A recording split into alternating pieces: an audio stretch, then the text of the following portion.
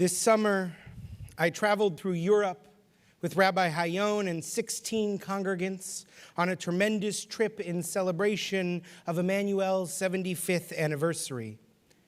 Some went because they liked to travel. Others went to get in touch with their family's roots or to learn from some of their rabbis. But I went on sacred pilgrimage.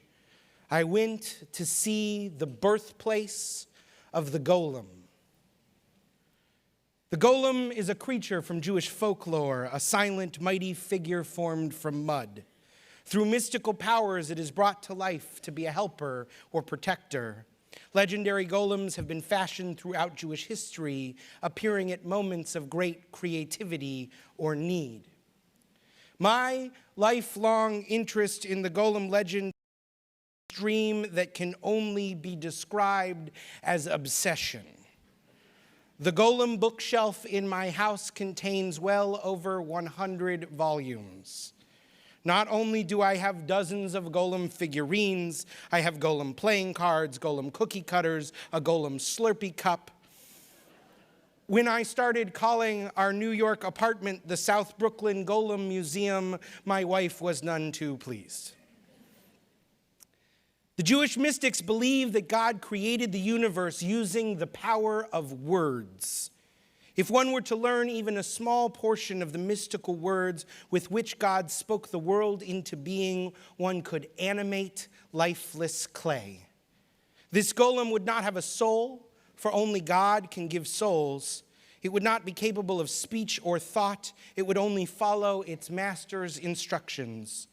Long before there was Frankenstein or robots or artificial intelligence, Jews were conjuring up golems. And the most famous golem of all belonged to Rabbi Judah Loew, the chief rabbi of Prague in the 16th century, who was known by the honorific the Maharal.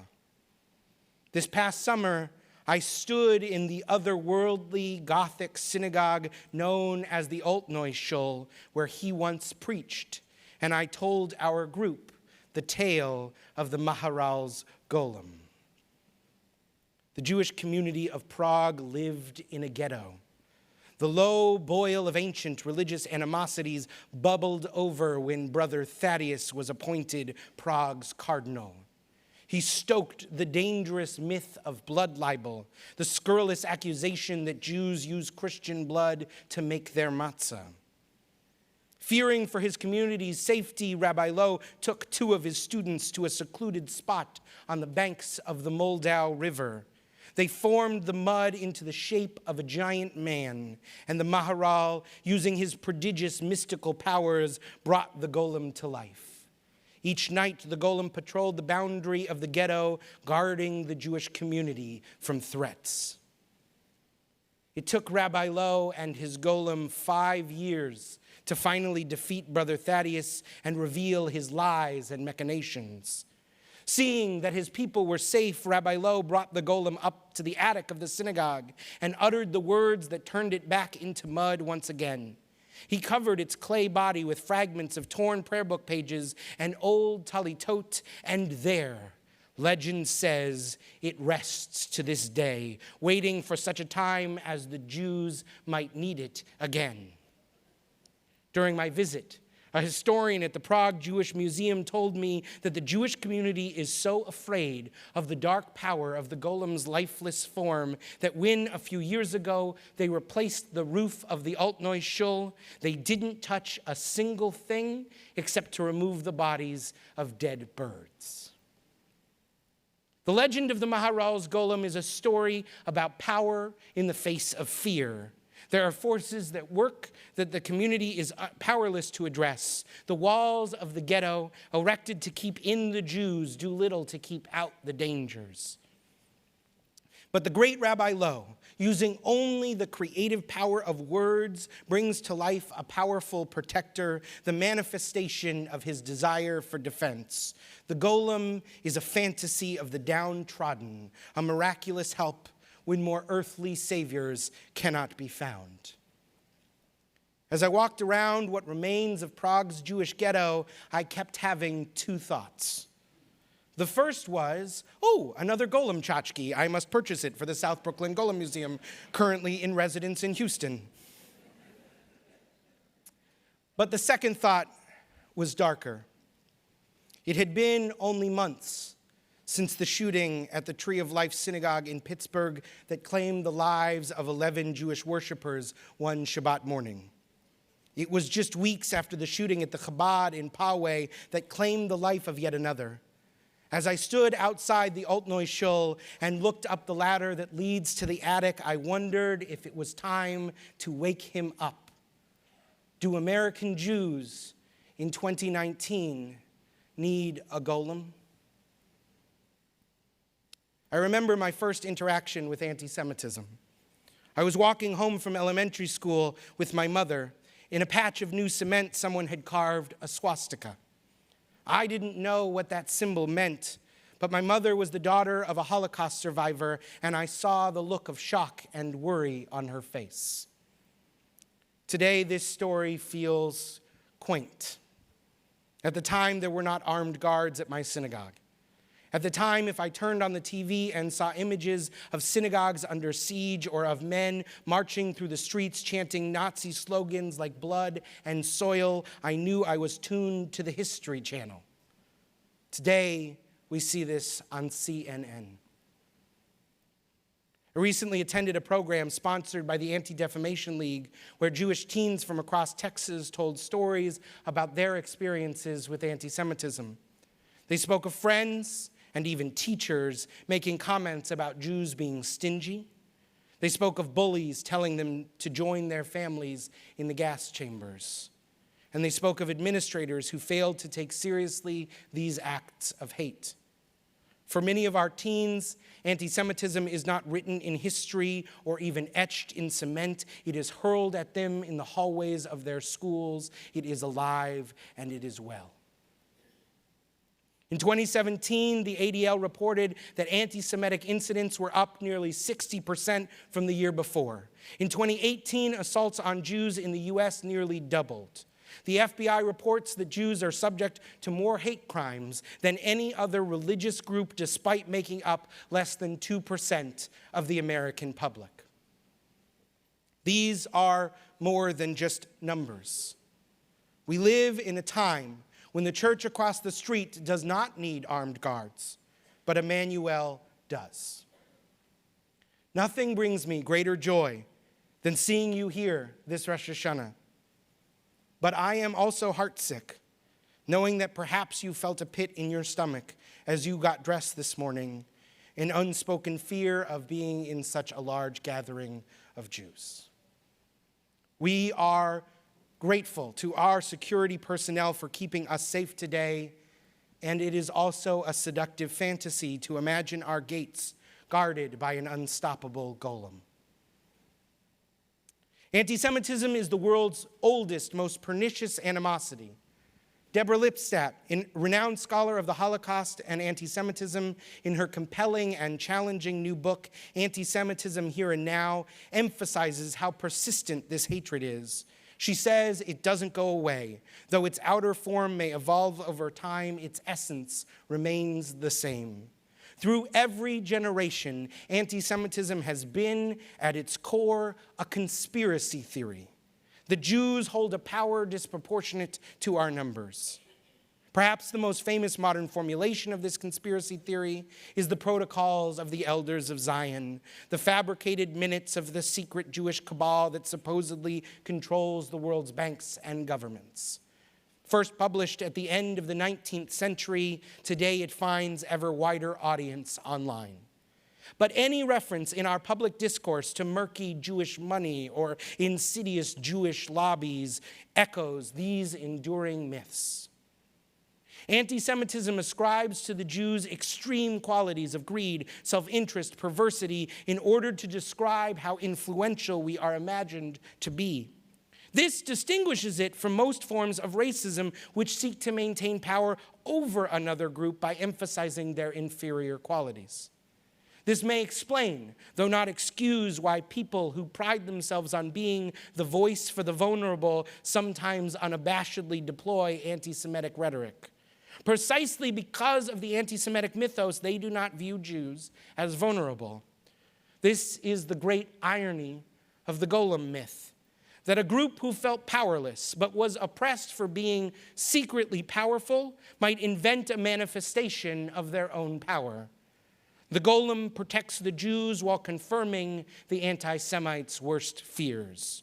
Through the Golem, the Jew could finally wield the strength that our enemies always suspected we had. How many of us are positive that anti-Semitism is coming from the extreme right? Who among us is certain that it is coming from the far left? As hard as it may be to believe, we are all right. While the structure and impact differ, there is rampant anti-Semitism to be found in both extreme camps. We must acknowledge this symmetry, but avoid the trap of false equivalency. On the left, the animus often starts with Israel. Rabbi Jill Jacobs is the executive director of Tru'ah, a Jewish human rights organization. Writing in the Washington Post, she reminds us that not all criticism of Israel is anti-Semitic. But she goes on to assert that too often political criticism, especially on the left, crosses into conspiracy theory and Jew hatred, implying that Jews use their money to have outsized influence on policy and institutions.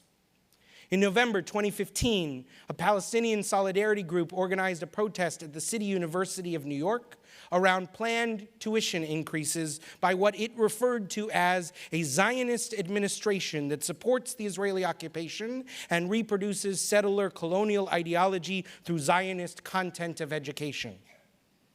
When folks on the left use the words Israelis, Jews, and Zionists interchangeably and conspiratorially, this is anti-Semitism. A liberal ideology that usually seeks to identify with the victims of oppression too often casts Jews solely as the victimizers and ignores the real dangers that Jews face in Israel and around the world. Some leaders on the left fail to denounce the vile rhetoric of anti-Semites like Louis Farrakhan, even when they are quick to denounce other purveyors of hate speech. This belies a worldview where Jews are the oppressor, so they cannot be the oppressed. When anti-Semitism burns on the far left, the kindling is Zionism. On the far right, the tinder is white supremacy. White nationalism is on the rise in America, and anti-Semitism is its foundation. A few days after the 2016 presidential election, at an alt-right conference in Washington, D.C., neo-Nazi Richard Spencer gave a speech where he decried liberals, saying, "One wonders if these are people at all, or instead soulless golems." Spencer concluded his remarks by raising a strategically placed water glass and shouting, "Hail Trump, hail our people, hail victory." Many in the cheering crowd returned his Nazi salute, and some shouted Sig Heil. That these far-right elements seem infatuated with historical fascists is unsurprising. That they seem to have such a strong affinity for those currently in power is a source of great concern, whether those in the administration share their beliefs or merely tolerate their extremist views. The words of these white nationalists have real impact. In 2018, of the 50 murders, terrorist murders committed in the US, people with ties to right-wing extremists committed 49. Our certainty that the source of anti-Semitism is found only in the opposite camp intensifies the problem.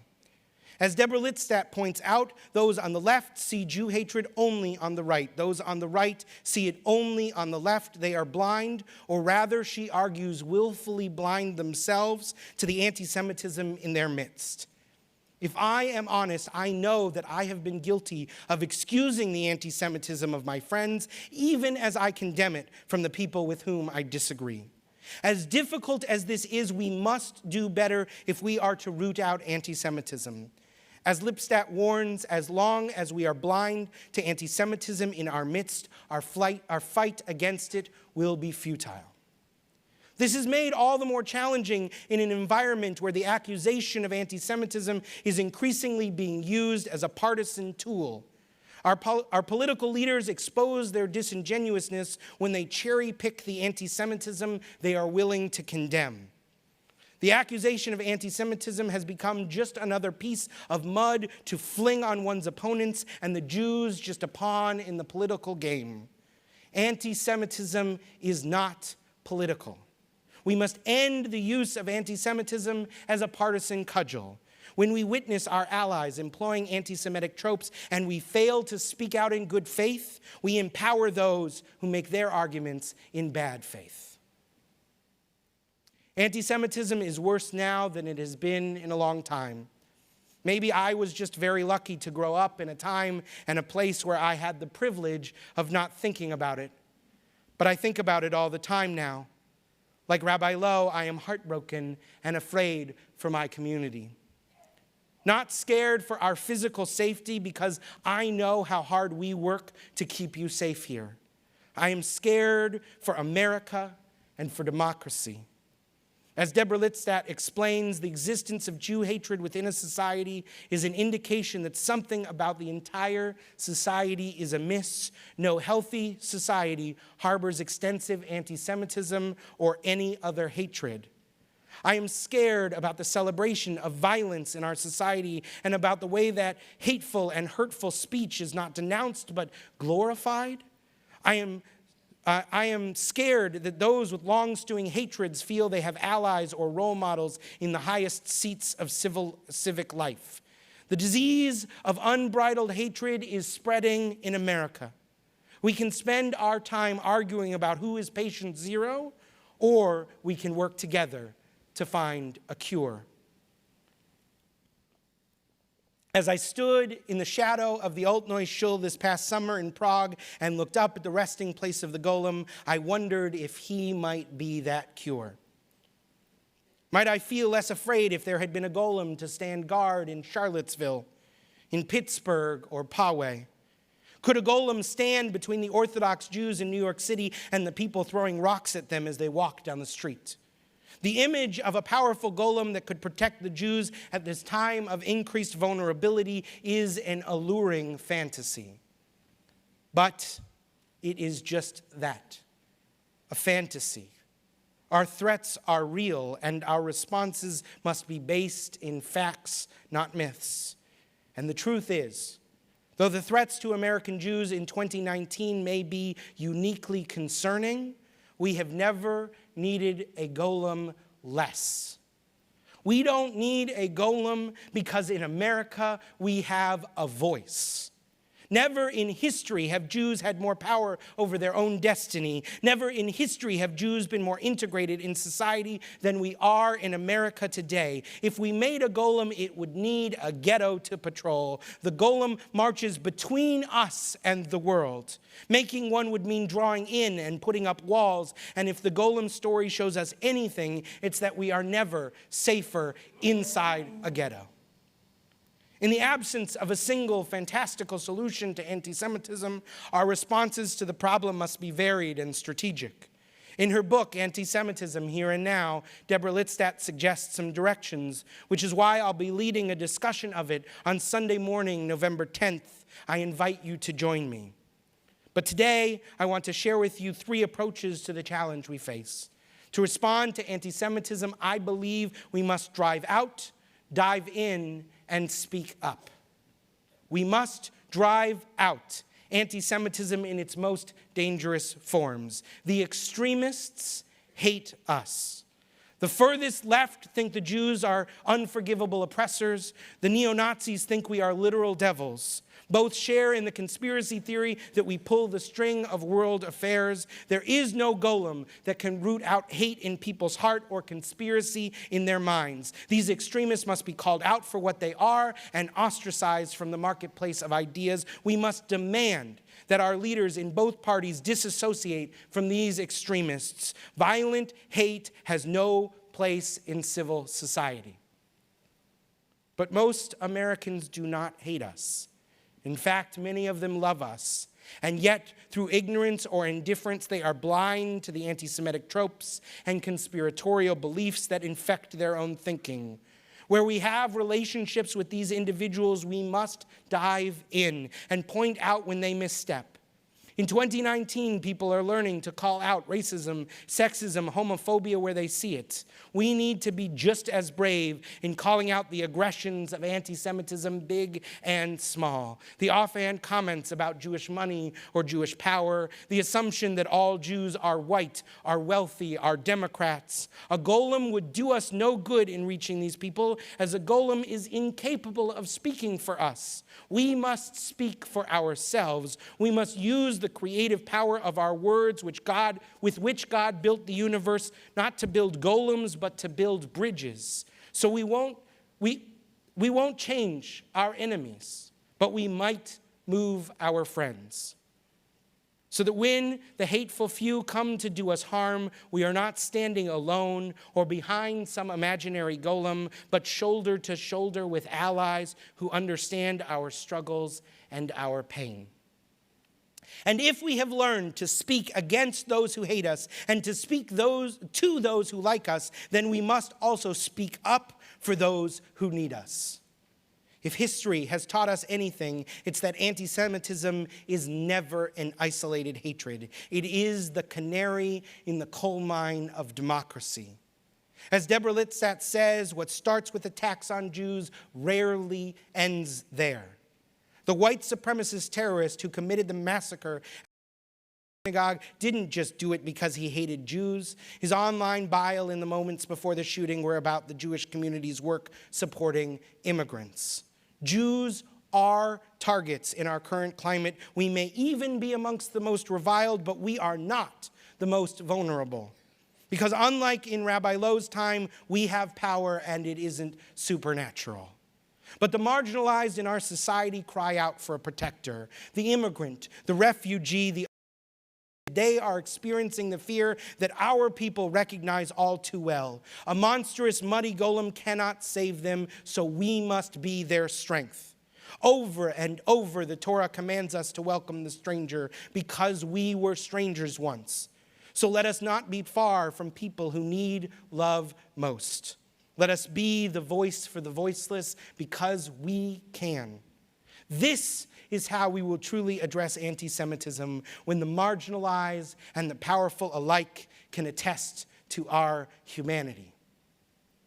A mindless clay mass cannot save us. We must be the power we need. Where there is hatred, we must be love.